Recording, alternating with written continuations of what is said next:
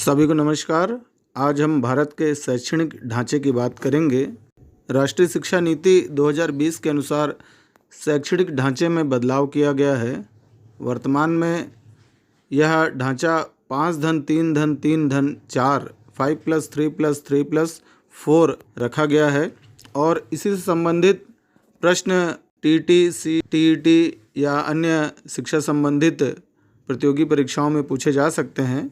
5-3-3-4 को अलग अलग नाम दिया गया है: foundational stage, preparatory stage, middle stage और सेकेंडरी स्टेज। इन स्टेज के विषय में बात करने से पहले हमें इन स्टेजों से संबंधित इतिहास के बारे में जानना आवश्यक है। आप सभी को पता होगा कि 2020 की शिक्षा नीति के पहले भारत में 10-2-3 की शैक्षणिक प्रणाली विद्यमान थी। 10+2+3 शैक्षणिक ढांचे की सिफारिश सर्वप्रथम कोठारी आयोग ने की थी। कोठारी आयोग आप सभी जानते हैं, दौलत सिंह कोठारी के नेतृत्व में एक आयोग बना था जिसे हम शिक्षा आयोग भी कहते हैं।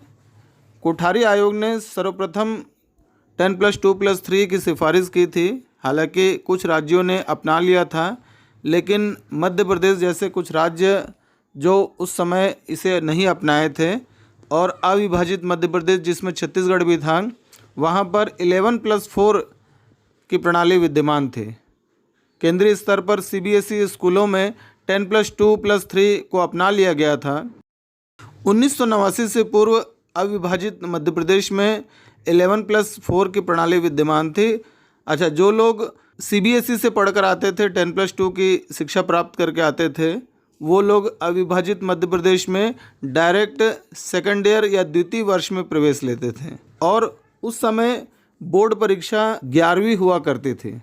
राष्ट्रीय शिक्षा नीति 1986 के बाद लगभग 1989-90 के आसपास अविभाजित मध्य प्रदेश जिसमें छत्तीसगढ़ भी था, वहाँ पर 10+2+3 की प्रणाली लागू की गई और 10वीं 12वीं को बोर्ड रखा गया और 3 साल का स्नातक या डिग्री कोर्स को मान्यता दी गई। यहाँ पर 2 प्रकार के प्रश्न विगत परीक्षाओं में पूछे गए हैं। सबसे पहला ये कि 10+2+3 की सिफारिश सबसे पहले किस आयोग ने की थी? तो वहाँ पर कोठारी आयोग या शिक्षा आयोग 1964-66 आएगा। इसके अलावा एक प्रश्न ये आता है कि 10+2+3 शिक्षा प्रणाली संपूर्ण भारत में कब लागू की गई या किसके सिफारिश के बाद लागू की गई?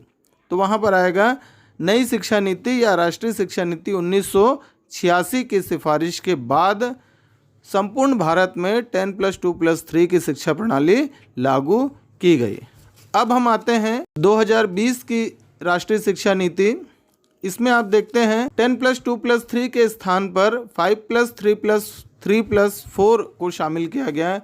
इसमें महत्वपूर्ण बात यह है कि पहले की शिक्षा नीति में 3 से 6 वर्ष तक के बच्चों को शामिल नहीं किया गया था, उन्हें छोड़ दिया गया था। लेकिन वर्तमान की 2020 की शिक्षा नीति में 3 से 6 वर्ष के बच्चों को भी शामिल किया गया और 3 से 6 वर्ष के बच्चों को 5 के अंतर्गत रखा गया, यानी कि 5 वर्ष तक की शिक्षा को फाउंडेशनल स्टेज कहा और इस 5 वर्ष की शिक्षा में 3 वर्ष यानी 3 से लेकर 6 वर्ष तक की आयु के बच्चों को फाउंडेशनल स्टेज के अंतर्गत रखा और यह आंगनवाड़ी या प्री स्कूल के रूप में होगी और शेष जो 2 वर्ष था वह क्लास 1 टू क्लास 2, ये आपका फाउंडेशनल स्टेज के अंतर्गत आता है। परीक्षा में प्रश्न पूछा जा सकता है कि फाउंडेशनल स्टेज में कौन कौन सी कक्षाएं शामिल हैं।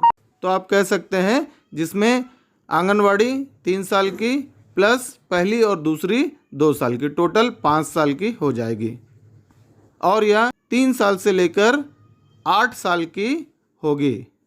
दूसरा प्रिपरेटरी स्टेज, इस स्टेज में कक्षा 3 से 5वीं तक को शामिल किया गया है, यानी 8 साल से लेकर 11 वर्ष तक के बच्चों को शामिल किया गया है। तीसरा स्टेज है मिडिल स्टेज। इस स्टेज में कक्षा 6वीं से लेकर 8वीं को शामिल किया गया है और इसमें बच्चे की आयु लगभग 11 से लेकर 14 वर्ष तक की होगी। और अंतिम स्टेज सेकेंडरी स्टेज, यह स्टेज 4 वर्षों की होगी और यह कक्षा 9वीं से लेकर 12वीं तक की होगी, अर्थात 14 से लेकर 18 वर्ष तक की। अभी प्री बीएड की एग्जामिनेशन में मैं एक प्रश्न देख रहा था, उसमें पूछा गया था कि व्यावसायिक शिक्षा को कौन सी कक्षा से आरंभ करने की बात की गई है राष्ट्रीय शिक्षा नीति 2020 में। तो उसका आंसर है कक्षा 6वीं के बाद से व्यावसायिक शिक्षा प्रारंभ करने की बात की गई है, और कक्षा 6वीं जो है वह मिडिल स्टेज के अंतर्गत आता है।